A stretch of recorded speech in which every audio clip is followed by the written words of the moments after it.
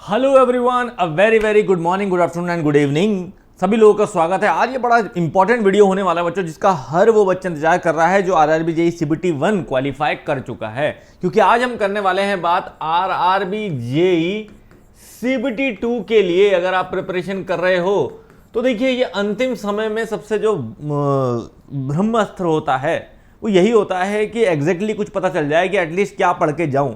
तो चाहे कितना भी कम समय हो, अगर आपको पता है कि एटलीस्ट मुझे ये करके जाना है, तो कम से कम मैक्सिमम मार्क्स की गुंजाइश पूरी रहती है। तो वही आज हम जानने वाले हैं बच्चों। आज मैं बताने वाला हूं आपको RRB JEE CBT 2 complete exam को अच्छे से एनालिसिस करने के बाद, पढ़ाने के बाद, हर चीज हर तरह के एमसीक्यू देखने के बाद, ऐसे टॉप 100 टॉपिक जो मस्ट डू है, मतलब आपको करके ही जाने हैं। तो ओवरऑल सब्जेक्ट जो आपके हैं उसमें से, सभी सब्जेक्ट्स में से मिला के टोटल सब्जेक्ट वाइज ही बताऊंगा, टोटल ऐसे कौन से 100 टॉपिक्स हैं जो आपको मस्ट डू करके जाने ही चाहिए, ताकि अगर वो भी करके जाते हैं तो मैक्सिमम मार्क्स आने की गुंजाइश फिर भी रहती है। क्लियर है? तो आइए देखते हैं बच्चों एक एक सब्जेक्ट करके ऐसे कौन से टॉपिक्स हैं, और साथ साथ मैं समझाता भी रहूंगा, क्योंकि कई बार सिर्फ मात्र लिखने वर्ड से आपको समझ नहीं आता। नहीं तो लिख के मैं ऑलरेडी भी आपको दे सकता था, लेकिन वीडियो को पूरा देखिएगा। लिखूंगा शायद मैं एक शब्द, लेकिन उसके पीछे की बात जो है वो पूरी बताऊंगा। तो जो बच्चे ऐसे सोचेंगे कि लास्ट में स्क्रीनशॉट ले लेंगे, उससे काम चलेगा नहीं। अगर मैं कोई चीज लिख रहा हूं तो किस तरह का क्वेश्चन आगे क्या पूछा जा सकता है वो भी आपको बताऊंगा। क्लियर है? तो स्टार्ट करते हैं बच्चों सबसे पहले सब्जेक्ट से, और पहला सब्जेक्ट आप जानते हैं subject wise, that is called mechanics. तो सबसे पहले हम बात करते हैं the subject number 1, that is called mechanics. अब जब मैकेनिक्स की बात होती है तो बड़ा स्ट्रेट फॉरवर्ड आपको बताऊं कि क्या क्या क्वेश्चन मस्ट डू हैं जो आपके पास पूछे जाने ही जाने हैं। पहली चीज, आपको जो है वो मोमेंट ऑफ इनर्शिया निकालने को दिया ही दिया जाएगा। मोमेंट ऑफ इनर्शिया, अगर मैं इसको ऐसा डाल देता हूं, बल्कि ज़्यादा आसानी आपको समझ में आएगी कि टॉप 100 आपको टॉपिक्स मिल जाएं। तो इसको मैं डाल देता हूं सब्जेक्ट 1, और यहां पे लिख देते हैं हम टॉपिक नंबर 1। टॉपिक 1 की अगर बात करें तो मोमेंट ऑफ इनर्शिया बच्चों आप सबको पता है, निकालने को आपके पास आता है। आप किसी भी तरह से I section, C section, L section, इन सब सेक्शन के जो है वो मोमेंट ऑफ इनर्शिया निकालना जरूर सीखिएगा। कोई भी एक सेक्शन का मोमेंट ऑफ इनर्शिया आपको निकालने को जरूर आएगा। ये रटा रटाया नहीं होता, ये निकालने को आता है। तो जितना अच्छे से इसको प्रैक्टिस करके जाओगे उतना बेहतर होगा। दूसरा, अगर हम बात करें तो फ्रिक्शन ऑन इंक्लाइंड प्लेन का एक न्यूमेरिकल या एक theoretical relation, friction on inclined plane का बहुत ज़्यादा प्रोबेबिलिटी हाई है कि आपसे एक इंक्लाइंड प्लेन का केस जो है वो जरूर पूछा जाए। तो प्लीज़ बच्चों इंक्लाइंड प्लेन की प्रैक्टिस जरूर करके चलिए। इंक्लाइंड प्लेन का फ्री बॉडी आपको पता हो, अप जाने का पता हो, डाउन जाने का पता हो, ये सारे रिलेशन आपको पता हो, लिमिटिंग के केस में कैसे इंक्लाइंड प्लेन में रुका रहता है, ये सब आपको बहुत अच्छे से क्लियर होना चाहिए। ठीक है? तीसरा जो इंपॉर्टेंट पार्ट आपके लिए रहता है वो है आपका conservation of momentum. Law of conservation of momentum पे बच्चों आपको न्यूमेरिकल जरूर पूछा जाता है, जनरली न्यूमेरिकल ही पूछा जाता है। तो इसको भी जो है आप जरूर टॉपिक को अच्छे से करके चलेंगे, जिसकी बहुत हाई प्रोबेबिलिटी है कि आपसे पूछा जाए। एक क्वेश्चन सिंपल आपको जो है वो स्ट्रेट पूछा जाएगा प्रोजेक्टाइल मोशन में, ये तय है। ठीक है? अब चाहे वो आपसे रेंज पूछ ले, टाइम पूछ ले, ठीक है, टाइम ऑफ फ्लाइट पूछ ले, रेंज पूछ ले, एंगल पोजीशन पूछ ले, लेकिन ये कंफर्म है कि प्रोजेक्टाइल मोशन से आपको क्वेश्चन पूछा जाएगा ही जाएगा। और जहां तक मुझे प्रोबेबिलिटी है, आपसे रेंज शायद जो है वो पूछी जा सकती है।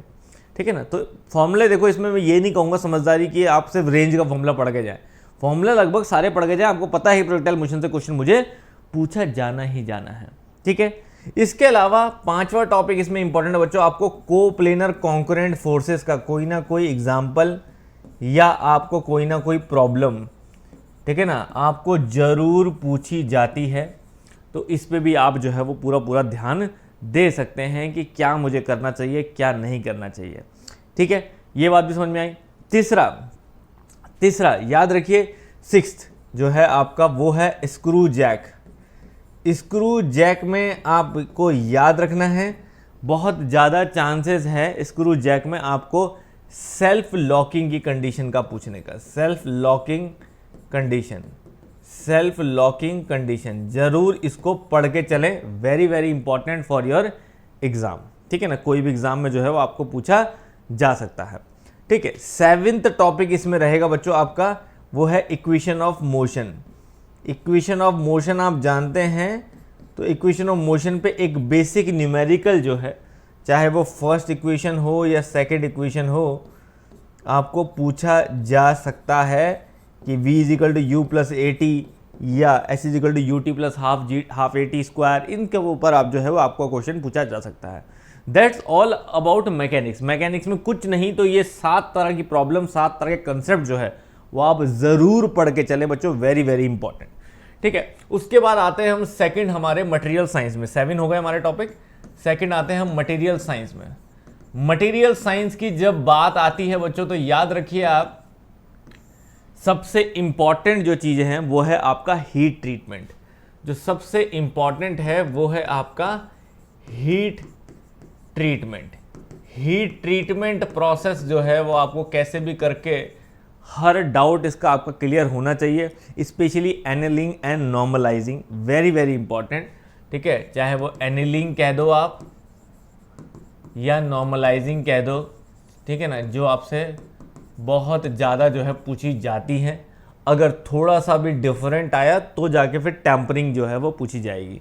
ठीक है, इसके बाद यहाँ पे surface hardening process. Surface hardening process, देखो अगर आप इसके हिसाब से भी सिलेबस लेके चलोगे ना, जिस बच्चों को कुछ समझ नहीं आ रहा या टाइम नहीं है अभी कि मैं पूरा पूरा सब्जेक्ट लेके चलूँ, तो मैं बोलूँगा कि कम से कम इतने टॉपिक को अच्छे से करके चलो। ये तैयारी भी आपकी जो है वो काफ़ी हद तक चीज़ें कवर करके चलेगी। ठीक है ना। तो सरफेस हार्डनिंग प्रोसेस आप जानते हैं बच्चों, तो इसमें आपको जो है वो चाहे कार्बोराइजिंग है, जो अंतर है ना इन प्रोसेस में वो आपको पता होना चाहिए। कार्बोराइजिंग, नाइट्राइडिंग, इनमें मेनली जो है वो अंतर क्या है इन प्रोसेस के दौरान। ठीक है ना, बहुत ज़्यादा क्वेश्चन जो पूछ जाता है, और इसमें मैं साइनाइडिंग को भी लूँगा क्योंकि साइनाइडिंग कोई अलग नहीं है, very important, still equal important है। ठीक है, 10 अगर हम बात करें 10th टॉपिक की, तो वो हमारा है iron carbon phase diagram. Iron carbon phase diagram. देखिए 100 टॉपिक अपने आप में बहुत कम भी होते हैं अगर पूरे सिलेबस की कंपेयर देखा जाए, और अगर तरीके से पढ़ा जाए तो बहुत अच्छा खासा ज़्यादा भी होता है। तो कोई ये भी ना सोचे कि बिल्कुल कुछ भी नहीं है ये तो। ठीक है ना, तो याद रखिएगा इसमें आपको परसेंटेज ऑफ कार्बन पूछा सकता है। Percentage of carbon in eutectoid और यूटेक्टिक और यूटेक्टॉइड की कंडीशंस में जो है ये जरूर पूछा जाता है कि कितना कार्बन परसेंटेज कहाँ पे कितना है। ये आपको बड़ा कॉमन सा क्वेश्चन है जो आपको पता होना चाहिए। इसी में 11th अगर मैं टॉपिक डालूँ तो आपको ये चीज़ें भी पूछ जाता है, बायोनाइट क्या है, परलाइट क्या है ना, मार्टेनसाइट क्या है। ये तीनों फॉर्म्स भी आपको जो है वो पता होनी चाहिए कि इनके मतलब क्या है। ट्रू साइट क्या है, स्फेरोडाइट क्या है ना, पढ़ा है आपने। ट्रू साइट क्या है, स्फेरोडाइट क्या है। ठीक है ना, ये भी बड़ा इंपॉर्टेंट है जो ये आप देख रहे हैं। This is also very very important कि आपसे पूछा जा सकता है। 12th आता है बच्चों टॉपिक यहाँ पे, वो है आपके that is called types of cast iron. Very very important, types of cast iron बच्चों बहुत इंपॉर्टेंट होते हैं। कास्ट आयरन के टाइप्स जिसको आपको अच्छे से करके जाना चाहिए। ठीक है ना, चाहे इसमें आपका टाइप्स ऑफ कास्ट आयरन की अगर बात करें, चाहे इसमें आपका मेलेबल हो, डक्टाइल हो, ठीक है ना, that is very very important, grey हो। तो types of cast iron. 13th मैं बोलूँगा टॉपिक जो इंपॉर्टेंट है यहाँ पे, वो है आपका स्पेशली बोलूँगा स्टेनलेस स्टील। स्टेनलेस स्टील की प्रॉपर्टीज जो है बच्चों जरूर पढ़ के चलें। स्टेनलेस स्टील हमेशा से इंपॉर्टेंट रहा है, कभी भी स्टेनलेस स्टील के बारे में पूछा जाता है। 14th में बोलूँगा आपको हमेशा ध्यान रखना है इफेक्ट ऑफ एलॉय एलिमेंट। जब हम बात करते हैं एलॉयज में, आपको पता होना चाहिए कि क्रोमियम मिलाने से क्या होता है स्टील में, मैग्नीशियम मिलाने से क्या होता है, मैंगनीज मिलाने से क्या होता है, आपका निकिल मिलाने से क्या होता है। ठीक है ना, ये बहुत अच्छे से क्लियर रखिएगा बच्चों। और मॉलिबेडनम मिलाने से क्या होता है। ये कुछ ऐसे क्वेश्चन हैं जो आपसे बहुत ज़्यादा चांस रहता है। देखो क्वेश्चन देखोगे तो ऐसे हज़ारों क्वेश्चन निकलेंगे, लेकिन कुछ कुछ है जो बड़े इंपॉर्टेंट हैं, ये पूछे जाते ही जाते हैं। ठीक है, 15th इसी में 15th टॉपिक में बोलूँगा वो इंपॉर्टेंट है आपकी मैकेनिकल प्रॉपर्टीज़। मैकेनिकल प्रॉपर्टीज़ जिसमें आपको हमेशा जो है वो क्रीप बड़ा इंपॉर्टेंट रहा है, आपकी मैलिएबिलिटी इंपॉर्टेंट रही है, आपकी टफनेस इंपॉर्टेंट रही है। ये कुछ प्रॉपर्टीज़ हैं जो आपको अच्छे से क्लियर होनी चाहिए, ठीक है, आपकी जब भी आप मैकेनिकल प्रॉपर्टी की बात करते हैं, इवन फटीग भी,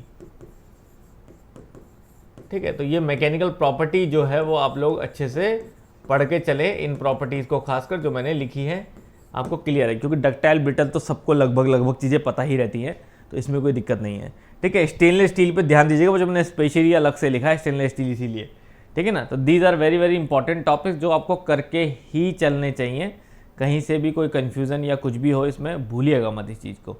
क्लियर है, समझ में आई बात, ठीक है ना। नाउ अब हम बढ़ते हैं हमारे अगले टॉपिक की तरफ, that is called third one, that is called SOM. SOM, strength of material. जब हम स्ट्रेंथ ऑफ मटेरियल की बात करते हैं बच्चों, याद रखिएगा, तभी मैं कह रहा हूं अच्छे से सुनिए भी, सिर्फ लिखा हुआ मत देखिएगा, अच्छे से सुन के भी चलिएगा कि मैं क्या बता रहा हूं, ठीक है। जब हम बात करते हैं स्ट्रेंथ ऑफ मटेरियल की, तो स्ट्रेंथ ऑफ मटेरियल में सबसे पहले मैं कहूँगा कि the important one is called stress strain curve. Very very important, stress strain curve, जिससे क्वेश्चन आना ही आना है। स्ट्रेस स्ट्रेन कर्व से कोई ना कोई पॉइंट जो है आपसे ज़रूर पूछेगा, ठीक है। तो कर्व आपको पहले बहुत अच्छे से क्लियर हो, बहुत बार समझा चुका हूँ मैं, ठीक है ना। उसके बाद पॉइंट तो पूछेगा एनी पॉइंट, कोई भी पॉइंट पूछेगा, पॉइंट ऑन कर्व, कोई भी पॉइंट कर्व में पूछ सकता है कि ये पॉइंट जो है वो क्या बताता है, पहली चीज़। दूसरी चीज़ आपसे पूछ सकता है, that is called your true stress true strain. आपको पता है true stress strain, true stress strain, है ना, ये आपसे पूछ सकता है। सेकंड है इलास्टिक कांस्टेंट रिलेशन, ऑब्वियसली बात है, इलास्टिक कांस्टेंट रिलेशंस आप सबको पता है, इतने सारे रिलेशन लिखा रखे हैं, उस पर न्यूमेरिकल हो या थ्योरेटिकल क्वेश्चन हो, very very important. Volumetric strain अपने आप में बड़ा इंपॉर्टेंट है बच्चों, जो आपसे पूछता है, ठीक है ना। वॉल्यूमेट्रिक स्ट्रेन, अगर हम बात करें हैं यहाँ पे जनरली कंपोजिट की, तो कंपोजिट की कंडीशन पे बेस्ड भी जो है वो कंपोजिट बॉडी पे आपको सिंपल न्यूमेरिकल जो है वो कई बार आ जाता है स्ट्रेस कैलकुलेशन का। स्ट्रेस कैलकुलेशन का न्यूमेरिकल जो है वो कई बार यहाँ पे आता है। फिफ्थ इंपॉर्टेंट है बच्चों एसएफडी बीएमडी में, याद रखिए एसएफडी बीएमडी अपने आप में तो बड़ा इंपॉर्टेंट है, लेकिन आपसे सिंपली सपोर्टेड बीम जो है, सिंपली सपोर्टेड बीम, इसका कोई भी स्टैंडर्ड केस या बेंडिंग मोमेंट डायग्राम जो है वो आपसे किसी केस का पूछ सकता है बहुत ज़्यादा। कम से कम स्टैंडर्ड केस खासकर जो मैंने लिखा है, मैं रिवीजन में भी आपको इतने सारे उतने ज़रूर पढ़ के चलें, ठीक है ना, उतने ज़रूर पढ़ के चलें, these are equally important. Clear है। सिक्स्थ यहाँ पे इंपॉर्टेंट है बच्चों आपका, दैट इज कॉल्ड योर, आपने पढ़ा होगा, that is thin cylinder. Thin cylinder pressure vessel में आपको स्ट्रेन जो है वो पूछा जाता है, चाहे वो हुप स्ट्रेन हो, चाहे वो लॉन्गिट्यूडनल स्ट्रेन हो, या वो वॉल्यूमेट्रिक स्ट्रेन हो। स्ट्रेन की कैलकुलेशन जो है वो आपसे ज़रूर पूछी जाती है। सेवेंथ में कहूँगा यहाँ पे स्ट्रेन एनर्जी। बाकी अगर हम अलग बात करें, चीज़ें तो और भी पूछी जा सकती हैं, लेकिन चाहे वो प्योर टॉर्जन हो वो भी पूछा गया है, कॉलम में बकलिंग हो वो भी पूछा, लेकिन दीज आर मोस्ट इंपॉर्टेंट। ये जो मैंने लिखा है ये मोस्ट इंपॉर्टेंट है, इसमें रेजिलियंस है, मॉडुलस ऑफ रेजिलियंस है, ये सब जो है वो बहुत ज़्यादा इंपॉर्टेंट है बच्चों, ठीक है, जो आपसे पूछा जाता है। लिखने को हम सारा सिलेबस भी लिख सकते हैं, लेकिन बात है कि फिर वो इंपॉर्टेंट टॉपिक का क्या लेना देना है ना। तो दिखाई दे रहा है, कुछ कट तो नहीं रहा है, क्लियर है। तो ये आपने समझे, तो दीज आर द हमारे कितने हो गए। अच्छा, मैंने यहाँ पे काउंटिंग जो है गड़बड़ कर दी, एक सेकेंड में काउंटिंग सही करता हूँ। This is 16, this is 17, this is 18, this is 19, this is 20, this is 21, this is 22, this is 22। तो 22 टॉपिक हम लोगों ने अभी तक बात करी। आगे चलते हैं अगले सब्जेक्ट की तरफ। अगला सब्जेक्ट है बच्चों दैट इज कॉल्ड मशीनिंग, तो fourth subject we have is machining. जब हम मशीनिंग की बात करते हैं तो 23 से हम लोग काउंट करना शुरू करेंगे। अब मशीनिंग आप सबको पता है कि सबसे बड़ा जो टॉपिक है वो यहाँ पे है, और उसमें सबसे इंपॉर्टेंट है बच्चों वो है आपका लेथ ऑपरेशंस। लेथ ऑपरेशन जिससे 100% चांस है कि क्वेश्चन आएगा ही आएगा, है ना। लेथ ऑपरेशंस, तो लेथ ऑपरेशन में जो सबसे ज़्यादा चांस है मैं कहूँगा वो है आपका टेपर टर्निंग का। टेपर टर्निंग जिसको आपको करके ही जाना चाहिए कि टेपर टर्निंग आपसे पूछा जा सकता है, ठीक है। चौथा जो है वो 24 जो है वो आपका लेथ स्पेसिफिकेशन है बच्चों।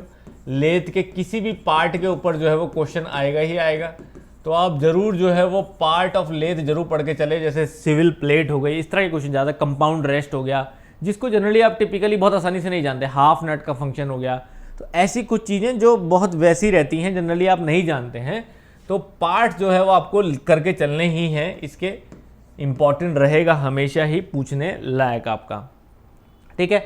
अगला इंपॉर्टेंट होता है that is called milling. Milling very very important.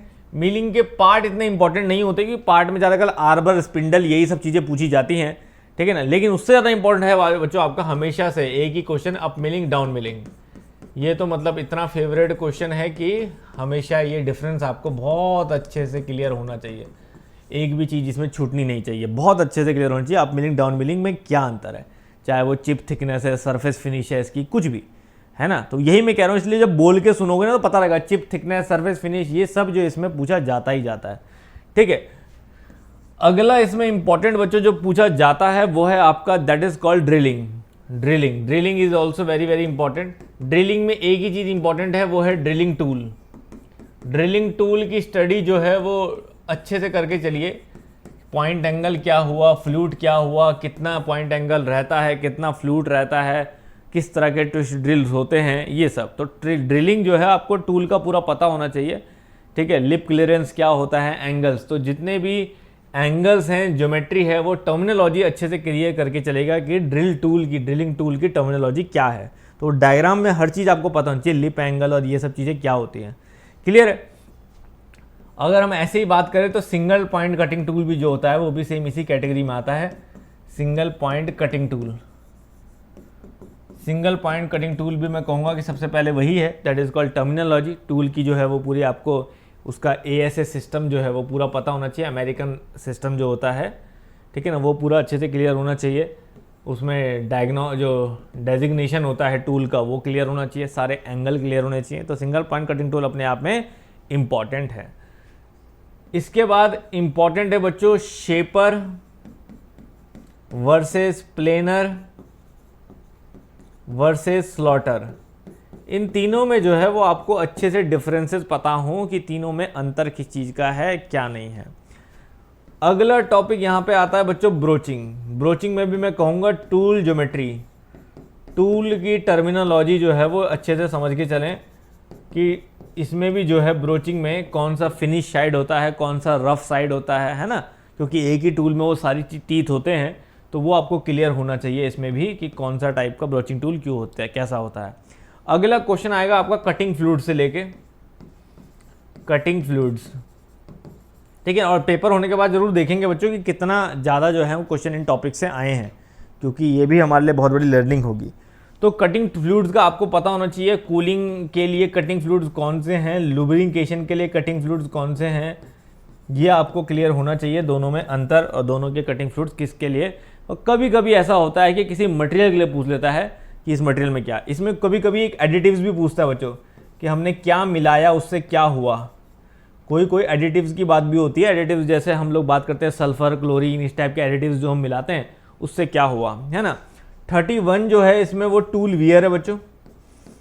Tool wear किसी साल टूल वियर पे क्वेश्चन जरूर आता है, ठीक है ना।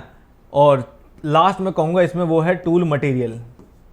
टूल के मटेरियल्स को भी आप जरूर पढ़ के चलें, चाहे वो कार्बाइड टूल्स हो, चाहे वो सिरेमिक टूल्स हो, ठीक है ना। इस टाइप के आपको जो है वो टूल मटेरियल पता होना चाहिए। डायमंड टिप वाले टूल मटेरियल ये कौन से किस चीज़ के लिए आज की डेट में यूज़ हो रहे हैं, वो टूल मटेरियल भी आपको क्लियर होना चाहिए।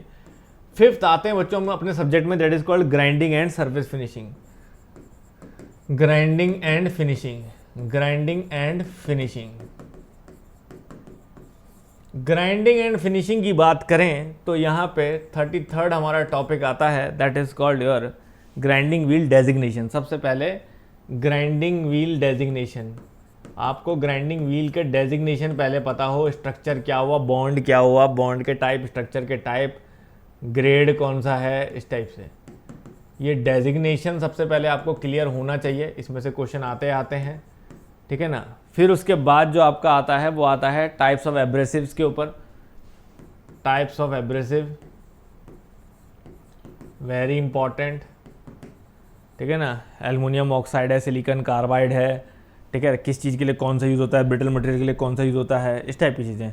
वही सेम टाइप्स ऑफ एब्रेसिव्स है, बॉन्ड है, स्ट्रक्चर है, ग्रेड है, ये सब वो डेजिग्नेशन में ही आ जाएगा वैसे तो, पर ये सब चीज़ें जो है वो इक्वली इम्पॉर्टेंट हैं, ठीक है ना। उसके बाद आपको स्पेशली मैं कहूँगा सेंटरलेस ग्राइंडिंग, अलग से ज़रूर प्रॉपर पढ़ के चलें, सेंटरलेस ग्राइंडिंग, ठीक है ना। और एक जो है आपका वो अलग से एक वो भी पढ़ के चलें, that is also very important, कि आपका जिसमें हम ट्रूइंग एंड ड्रेसिंग की बात करते हैं, ग्राइंडिंग मेंटेनेंस के लिए truing and dressing very very important. इसके बाद कुछ फिनिशिंग ऑपरेशन है बच्चों जो पेपर में पूछे जाते हैं, जैसे कि आपके लिए दिए गए हैं आपके सिलेबस में, ठीक है ना। चाहे वो कोटिंग्स हैं, इसमें गैल्वेनाइजिंग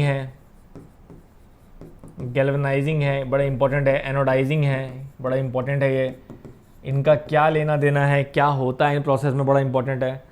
हॉट डिपिंग आप लोगों ने देखा होगा, hot dipping very important process. इसमें आपने देखा होगा वो आपका इलेक्ट्रोप्लेटिंग बड़ा इंपॉर्टेंट प्रोसेस है। एक आपने देखा होगा इसमें, दैट इज़ वो हॉर्निंग एंड लैपिंग, ये भी बहुत अच्छे से क्लियर करके चलिएगा। और लास्ट में इसमें कहूँगा, लास्ट जो है वो पेंट्स एंड इनेमल्स,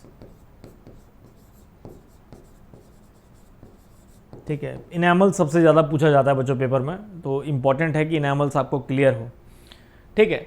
इसके बाद हम आते हैं हमारे अगले सब्जेक्ट की तरफ, विच इज़ कॉल्ड वेल्डिंग, ठीक है। प्रोडक्शन आपका पूरा यहाँ दिखाई दे रहा है एक साथ ही। वेल्डिंग टेक्नोलॉजी में अगर हम आए तो यहाँ हमारा टॉपिक आता है 42, तो वो है हमारा, जैसे सबसे पहले टाइप्स ऑफ फ्लेम है ना, गैस वेल्डिंग में टाइप्स ऑफ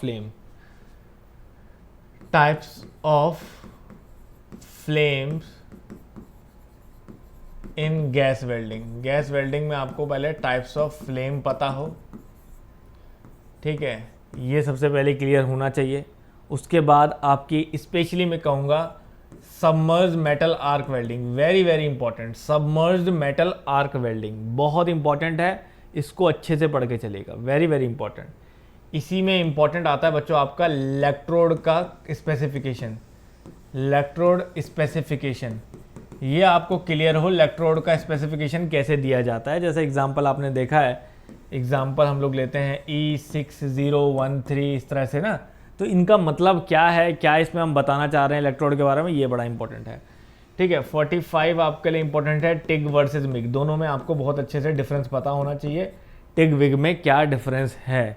उसके बाद आपका अगला है that is called resistance welding में जो है बड़ा ही इम्पॉर्टेंट है कि आपके पास जो है या तो सिंपल न्यूमेरिकल आ जाएगा करंट वरंट के ऊपर, या सिंपल यहाँ पे जो है वो इसके बेसिक पैरामीटर पूछ लेता है, या फिर सबसे ज़्यादा आपने कॉमन देखा होगा H=I²RT, सबसे कॉमन न्यूमेरिकल जो है वो इस तरह का आता है, क्योंकि नगेट नुगेट के न्यूमेरिकल आपके पास ज़्यादा इसमें आते नहीं है, ठीक है। 47 अगला है पोलैरिटी के ऊपर जो है वो क्वेश्चन जरूर आता है बच्चों, reverse polarity and straight polarity. तो रिवर्स पोलैरिटी और स्ट्रेट पोलैरिटी जो है आपको क्लियर होना चाहिए कि दोनों में डिफरेंसेस क्या है, कहाँ मुझे ज़्यादा पेनिट्रेशन मिलता है, ठीक है ना, कहाँ मुझे जो है वो हीट ज़्यादा मिलती है, किधर ज़्यादा मिलती है, वर्क पीस में कब ज़्यादा मिलती है, और आपके इलेक्ट्रोड में कब ज़्यादा मिलती है, ठीक है ना, किससे पेनिट्रेशन ज़्यादा होता है, किससे कम होता है, इस टाइप से ये आपको बहुत अच्छे से क्लियर होना चाहिए। अगला इंपॉर्टेंट टॉपिक है यहाँ पे, that is called friction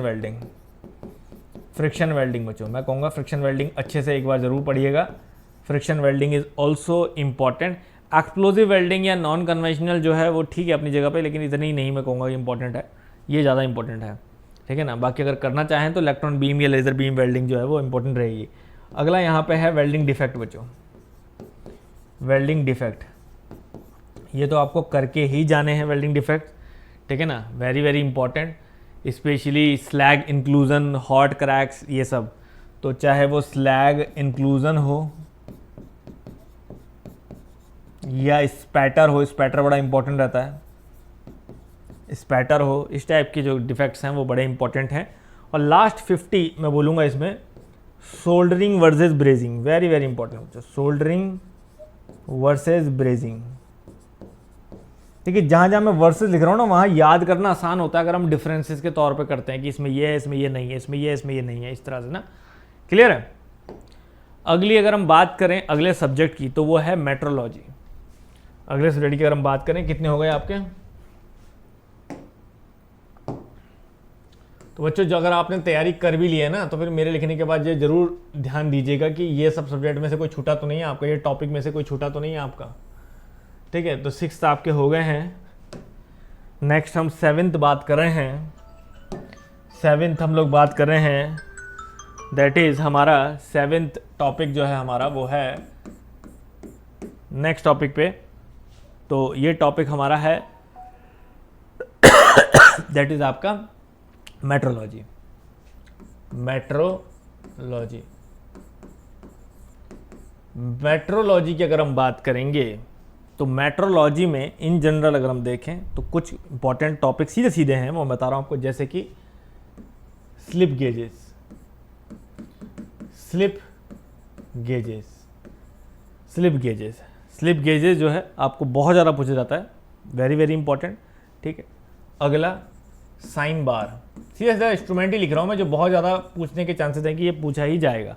sine bar very very important, ठीक है ना, ठीक है ना। अगला कंपैरेटर आपने पढ़ा होगा। कंपैरेटर में आपको एक दो तरह के इंपॉर्टेंट कंपैरेटर हैं आपके, जैसे कि आप डायल इंडिकेटर पढ़ते हो, सिग्मा कंपैरेटर पढ़ते हो, डायल इंडिकेटर पढ़ते हो, सिग्मा कंपैरेटर पढ़ते हो, वेरी वेरी इंपॉर्टेंट, ठीक है ना, बहुत इंपॉर्टेंट है। 54 आपको चांस है एलवीडीटी पूछने के। एलवीडीटी प्रिंसिपल क्या है, क्या इसमें हम लोग यूज़ करते हैं, ये आपको क्लियर होना चाहिए एलवीडीटी का, very very important. 55 is your profilometer. Profilometer very very important, पूछ सकता है आपसे, क्लियर है, इक्वली इंपॉर्टेंट है, ठीक। और एक और था सरफेस रफनेस के लिए, एक और था प्रोफाइलोमीटर, और Tomlinson surface meter. Tomlinson surface meter very important. अगला यहाँ पे इंपॉर्टेंट है आपके लिए, जैसे टेलर्स प्रिंसिपल,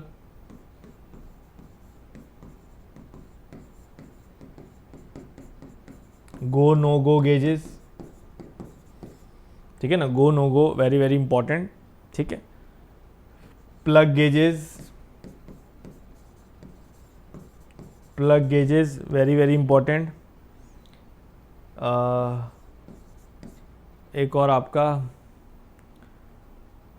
क्लिनोमीटर, क्लिनोमीटर, ऑटोकॉलीमीटर,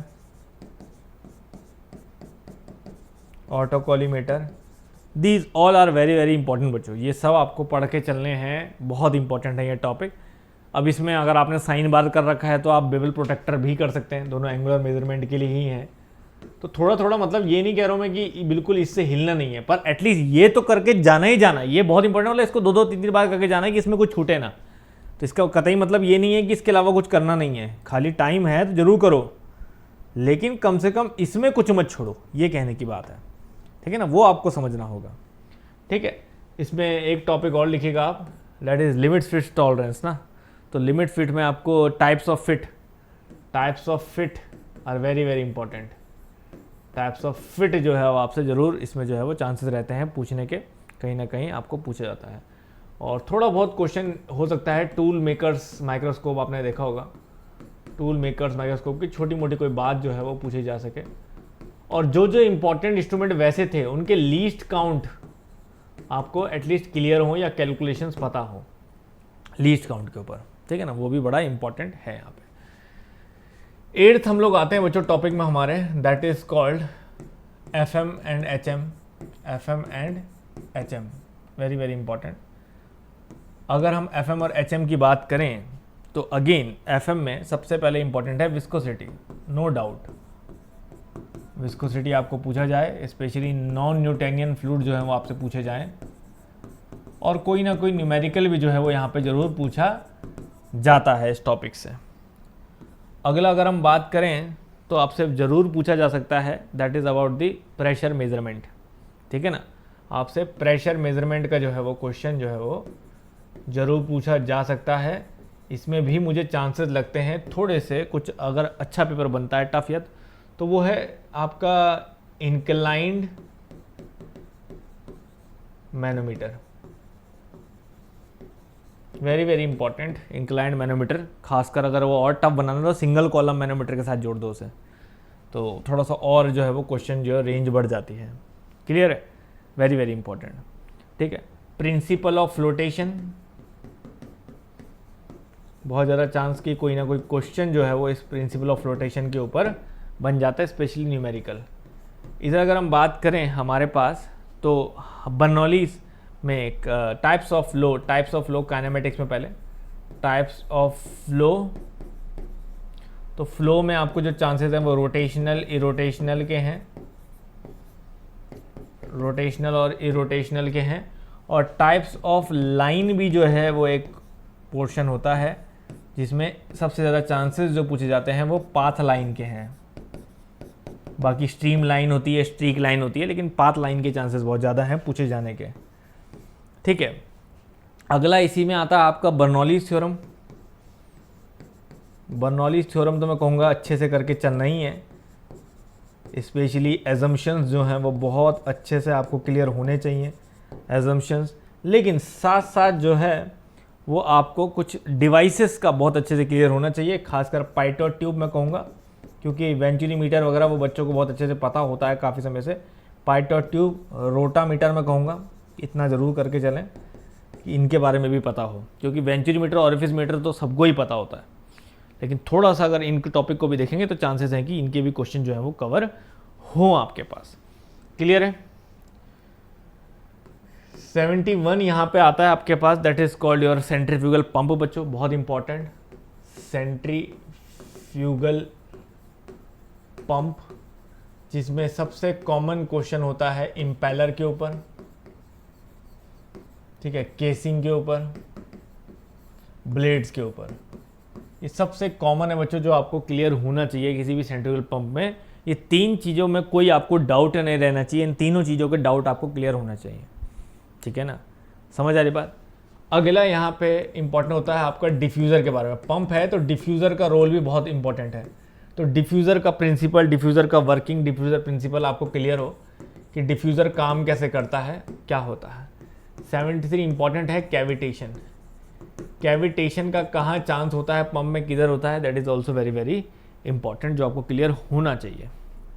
समझ आ रही बात।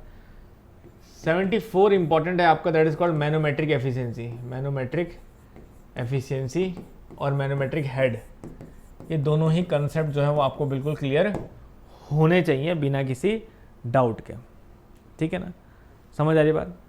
और डिफ्यूज़र मैंने बोला था वो समर्सिबल पंप वाला कंसेप्ट भी उसी के अंदर आ गया, ठीक है।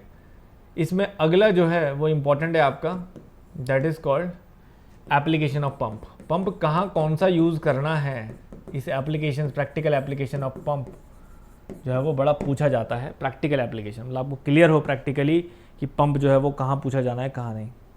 क्लियर है, तो वो अच्छे से क्लियर होना चाहिए।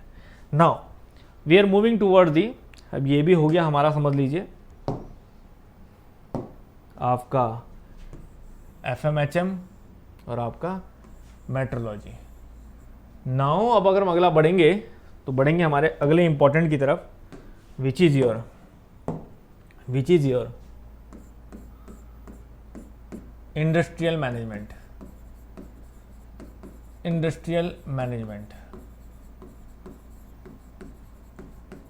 क्या क्या यहाँ पे इंपॉर्टेंट है, आइए देखते हैं। 76 अगर हम देखें तो इंडस्ट्रियल मैनेजमेंट की अगर हम बात करेंगे तो सबसे इम्पॉर्टेंट बच्चों जो है वो आपसे EOQ मॉडल पे क्वेश्चन है, आना ही आना है। बहुत हद तक चांसेस हैं कि EOQ मॉडल पे क्वेश्चन आए, ठीक है। बहुत हद तक चांसेस है कि आपसे कोई रीऑर्डर लेवल पूछ ले, इन्वेंट्री में ही, अभी भी इन्वेंट्री में ही चल रहे हैं हम लोग।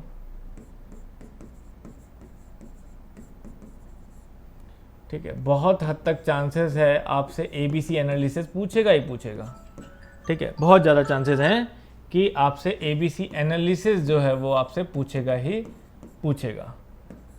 अगला अगर हम बात करें तो वेरी वेरी इंपॉर्टेंट, भाई ABC से पूछेगा, पैरेटो प्रिंसिपल बोलेगा, 80-20 प्रिंसिपल को क्या बोलते हैं, इस टाइप के क्वेश्चन। मतलब ये तो बहुत अच्छे से क्लियर होना चाहिए आपको, बिल्कुल एक एक चीज़, कि भैया कोई कन्फ्यूज़न है ही नहीं इसमें, ठीक है ना।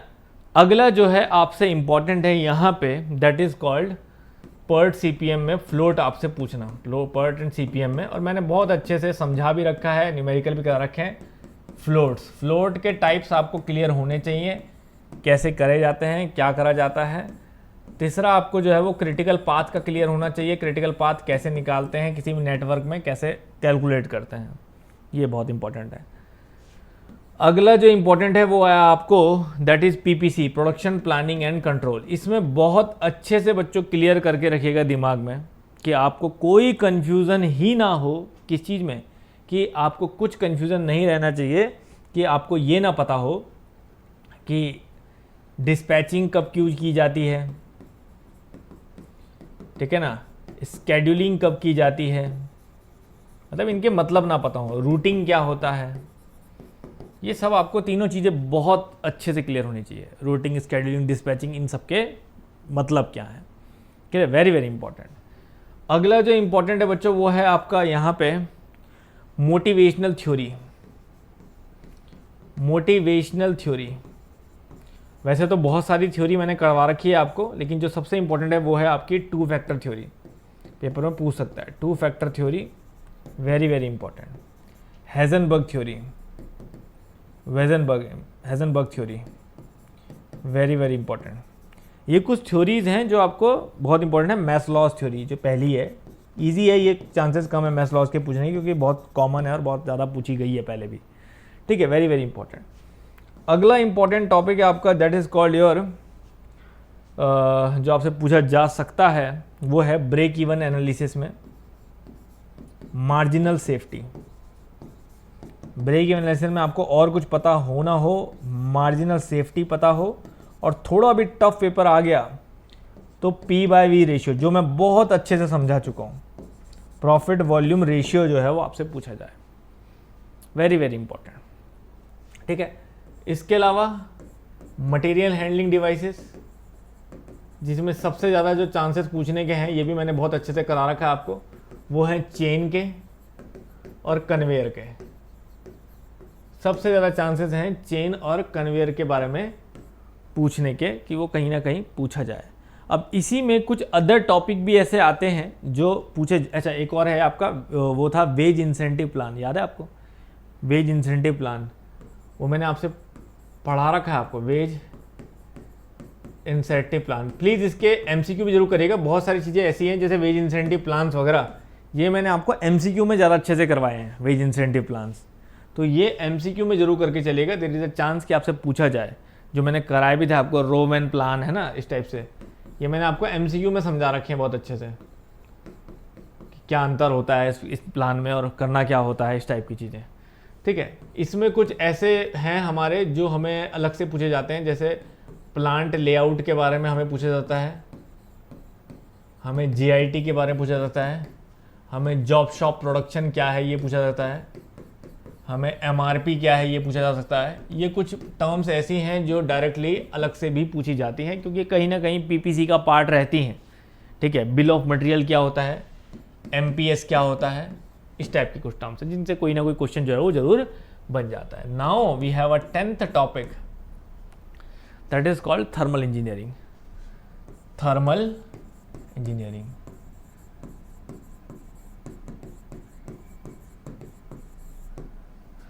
तो अगला इंपॉर्टेंट टॉपिक है थर्मल इंजीनियरिंग बच्चों, जिसमें मैं सीधा ही लिखूंगा क्योंकि वो मिक्स होता है आपका आईसी, आरएसी, हीट ट्रांसफ़र, सबका पूरी थर्मल जो है वो कहीं ना कहीं इसी में दी गई है आपके सिलेबस में। तो उसके मैं आपको रैंडम प्रॉपर टॉपिक बता देता हूँ सारे क्या क्या हैं। जैसे कि 87, अगर हम बात करेंगे बेसिक थर्मोडायनेमिक्स की, तो pure substance is very very important, जिसमें आपको कुछ नहीं तो सिंपल एक क्वेश्चन ड्राइनेस फ्रैक्शन के ऊपर पूछा जाता है और एक क्वेश्चन सैचुरेशन लाइन, ये आपको क्लियर हो, तो मतलब कुल मिला के वो डायग्राम क्लियर होना चाहिए। इनके ऊपर क्वेश्चन आपको पूछा ही जाता है। अगर हम इधर बात करें तो इधर जो है वो PMM1 या PMM2 आपको क्लियर होना चाहिए, ठीक है, वेरी वेरी इंपॉर्टेंट, ठीक है। दूसरा जो है यहाँ पे इंपॉर्टेंट वो है आपका PT diagram, very very important, या जूल थॉमसन कोफिशिएंट आपने पढ़ा होगा, जूल थॉमसन कोफिशिएंट,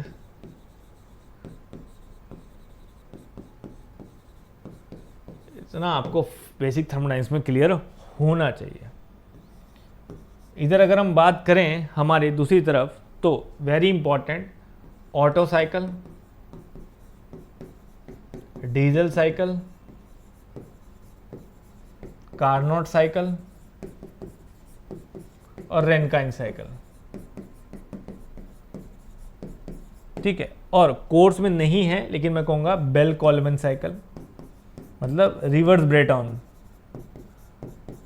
ठीक है। ये सब साइकिल्स आपको क्लियर होनी चाहिए, कम से कम ये 4 साइकिल्स आपको बहुत अच्छे से क्लियर होनी चाहिए बच्चों, जिसमें आपको कोई कंफ्यूजन ना हो। Otto, Diesel, Carnot, Rankine, Bell Coleman cycle, ठीक है ना। ये साइकिल्स आपको क्लियर, ये 5 साइकिल्स लगभग हैं ये आपको क्लियर। मैं कहूँगा ब्रेटॉन भी करी चलिए, क्योंकि बेल कॉलमैन आप कर ही रहे हैं, रिवर्स ब्रेटॉन, तो ब्रेटॉन भी आपको करनी ही चाहिए, ठीक है। दूसरा, आपको 2 स्ट्रोक और 4 स्ट्रोक में बहुत अच्छे से डिफरेंस पता होना चाहिए बच्चों, 2 स्ट्रोक वर्सेस 4 स्ट्रोक में, किस में बड़ी फ्लाईव्हील, किस में क्या, डीजल इंजन, पेट्रोल इंजन, ये डिफरेंसेस हमेशा के लिए क्लियर रखो, हर पेपर के लिए, ठीक है ना। इसके अलावा अगला टॉपिक में इंपॉर्टेंट आपका होता है इंजन परफॉर्मेंस। आपको जो है वो बहुत अच्छे से क्लियर होना चाहिए, इंडिकेटेड पावर क्या है, ब्रेक पावर क्या है ना, ये सब कंसेप्ट आपको बहुत अच्छे से क्लियर होना चाहिए, कोई कंफ्यूजन नहीं यहाँ पे भी। अगला क्या है, अगर बात करें तो आपको जो है वो क्लियर होना चाहिए, that is about the compressor. Compressor में मैंने लगभग सब चीज़ें बता रखी हैं, लेकिन सबसे इंपॉर्टेंट एक ही चीज़ है इसमें, वो है क्लासिफिकेशन। कंप्रेसर का क्लासिफिकेशन वेरी वेरी इंपॉर्टेंट, बहुत अच्छे से क्लासिफिकेशन पता हो। और दूसरा, आपको पता हो कि जो हमने बताया था क्लास उसमें चोकिंग एंड सर्जिंग क्या है, चोकिंग एंड सर्जिंग जो है ये आपको क्लियर होना चाहिए। अगला जो यहाँ पे इंपॉर्टेंट है आपका वो है that is called battery ignition system, जिसको बोलते हैं battery versus magneto ignition system. Battery versus magneto ignition system बहुत अच्छे से क्लियर होना चाहिए बच्चों। सेम ऐसे ही एक और चीज़ क्लियर रखेगा, वो है इंजन कूलिंग। इंजन कूलिंग में ना कैसे भी करके आपको रेडिएटर का फंक्शन जरूर समझिए, रेडिएटर की पूरी वर्किंग जरूर समझ के चलिए। सबसे ज़्यादा कूलिंग में क्वेश्चन जो है वो इसी से आते हैं, रेडिएटर वर्किंग, उसके बाद है स्प्लैश सिस्टम और टाइप्स ऑफ कूलिंग सिस्टम, पर radiator working is very very important. बहुत सारे क्वेश्चन इसी पे आते हैं, आपको क्लियर ही नहीं होता ये थर्मोसाइफन प्रिंसिपल क्या होता है। थर्मोसाइफन बहुत क्वेश्चन इससे पूछे जाते हैं जब कूलिंग की बात आती है, तो ये थर्मोसाइफन आपको क्लियर हो, ठीक है ना। इसी तरह से कंटिन्यू चलेंगे थर्मल इंजीनियरिंग में भी 95। इधर हम बात करें तो लॉज ऑफ रेडिएशन बच्चों, very very important, laws of radiation आपको क्लियर हो, जिसमें आपको सबसे पहली चीज आपका Wien's displacement law, very very important, Kirchhoff's law, very very important. Law तो मतलब सभी मैं कहूँगा बड़ी इंपॉर्टेंट है, ठीक है। अगला question, rho plus tau plus is equal to alpha, ठीक है। एब्जॉर्प्टिविटी और ट्रांसमिटिविटी इज इक्वल टू 1, इस पे जो है वो आपको न्यूमेरिकल या थ्योरेटिकल क्वेश्चन जो है वो आपको जरूर पूछा जाता है। इधर अगर हम बात करें तो आपका कंडक्शन में अगर हम बात करें तो critical thickness of insulation is very important, critical thickness of insulation very important. दूसरा, forced convection versus free convection, इनमें डिफरेंसेस क्या होता है, और दोनों में मैंने स्पेशली बता रखा है डायमेंशनलेस नंबर, किसमें कौन सा डायमेंशनलेस नंबर जो है वो यूज किया जाता है।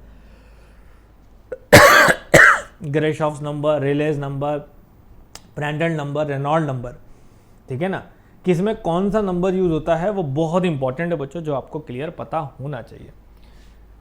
इधर अगर हम बात करेंगे तो जैसे मैंने बेल कॉलमैन साइकिल ऑलरेडी बता दिया है आपको, तो आपको VCRS vapour compression refrigeration cycle clear हो और VARS, ये दोनों साइकिल जो है आपको वो अच्छे से क्लियर होनी चाहिए, किसमें क्या पार्ट यूज होते हैं, कौन सा उसका फंक्शन है, इवापोरेटर कहाँ है, जनरेटर कहाँ है, किसमें कौन सा है, ये आपको क्लियर होना चाहिए। लास्ट टॉपिक जो आपको क्लियर होना चाहिए वो है आपका properties of refrigerant, properties of refrigerant. लीजिए बच्चों, that's all, best of luck, और उम्मीद करूंगा कि आप जब भी पेपर की पूरी तैयारी कर लें उसके बाद लास्ट में ये मेन्यू जरूर चेक कर लें कि क्या आपने जो तैयारी करी है उसमें ये सब कुछ टिक हो रहा है कि नहीं। अगर आपने ये चेक नहीं किया तो देयर इज अ चांस कि कुछ ना कुछ छूटेगा और आपका पेपर कहीं ना कहीं जो है वो गड़बड़ हो सकता है। तो मैंने वापस कह रहा हूं, these are the top most 100 topic जिसके सबसे ज़्यादा चांस है मेरे हिसाब से पेपर में आएगा ही आएगा इनमें से क्वेश्चन, ठीक है। लेकिन ऐसा नहीं है कि जैसे मैंने वाटर हैमर नहीं लिखा तो वाटर हैमर नहीं आ सकता, तो there is a huge chance कि जो नहीं लिखे हैं वो भी आएंगे। बट इंपॉर्टेंट क्या है कि इनको डिटेल में करके चलना, इनसे अच्छा क्वेश्चन ही बनने के चांसेस है। बाकी राय यही रहेगी, सिलेक्शन निकालने की सूची तो यही है कि पेपर पूरा सिलेबस ही पढ़ के चलें, लेकिन कम से कम लास्ट टाइम पे आप जरूर देख के चले कि इनमें से कोई छूट तो नहीं रहा है ना, क्योंकि हम पूरा सिलेबस बोलें लेकिन फिर भी कुछ ना कुछ छूट जाता है। तो जब हम सिलेबस से हटके सिर्फ टॉपिक पे बात कर लेते हैं तो एक नज़र जरूर मार लेना है कि इनमें से एटलीस्ट कुछ छूटा तो नहीं है ना, देख तो लिया ना मैंने बस। तो बच्चों ये था मेरी तरफ से एक एनालिसिस जो आपको जरूर हेल्प करेगा आरआरबी CBT 2 में इस कम ड्यूरेशन में कम से कम अपनी प्रिपरेशन को फास्ट करने के लिए। और बाकी हर चीज़ का सोल्यूशन आपको दिया हुआ है बच्चों, मेक इट ईजी ऐप आपके पास है, तो आपको क्या डरने की जरूरत है किसी भी मैकेनिकल वाले को। ऐसी कोई चीज़ नहीं है जो यहाँ नहीं है, ऐसी कोई चीज़ नहीं है जो पूरे वर्ल्ड में मैकेनिकल के लिए है और यहाँ नहीं है। आपको सिंपल जाना है न्यू कोर्सेज में, वहाँ आपके आरआरबी से रिलेटेड सारे कोर्सेज सब अवेलेबल है बच्चों। आरआरबी जेई 2025-26 हमारा सबसे इंपॉर्टेंट तो हमारा रिवीजन कोर्स, जैसा मैंने आपको पहले दिन में कहा था कि ऐसा रिवीजन ना पहले कभी हुआ है ना होगा। अब देखिए FM लाइन पे लगा हुआ है, बस ये FM शुरू करने वाला हूँ मैं, मोस्ट प्रोबेबली आज से ही शुरू हो जाएगा FM, इसी वीक में ये खत्म हो जाना है FM HMB तो। और इधर आपका वेल्डिंग चल रहा है ऑलरेडी, ठीक है ना। तो कंटेंट पे अगर आप जाएंगे तो पूरा, चाहे वो इंडस्ट्रियल रिवीजन हो, थर्मल इंजीनियरिंग रिवीजन हो, फिनिशिंग ऑपरेशन हो, IC इंजन रिवीजन हो, मशीनिंग रिवीजन हो, मेट्रोलॉजी रिवीजन हो, सोम रिवीजन हो, वेल्डिंग रिवीजन हो, फ्लूइड मैकेनिक्स रिवीजन जो अब लग गया है, सब इतनी बढ़िया क्वालिटी में रिवीजन है कि अच्छे फुल लेंथ कोर्स भी इसके आगे बेकार है, समझ रहे बात। तो ये रिवीजन अपने आप में इतना रिवीजन है कि कोई बच्चा खुद से तैयारी कितनी भी अच्छी कर ले, इससे बेटर नहीं कर पाएगा, इतना तो मैं श्योर हूँ। तो ये मैक्सिमम है तैयारी का। तो अगर आप अभी भी लेट हैं या नहीं किया है ये रिवीजन, तो प्लीज़ ये रिवीजन जो है जरूर करें, अपने इसमें add on MIE coupon code लगाएं और इस रिवीजन को अपना बनाएं।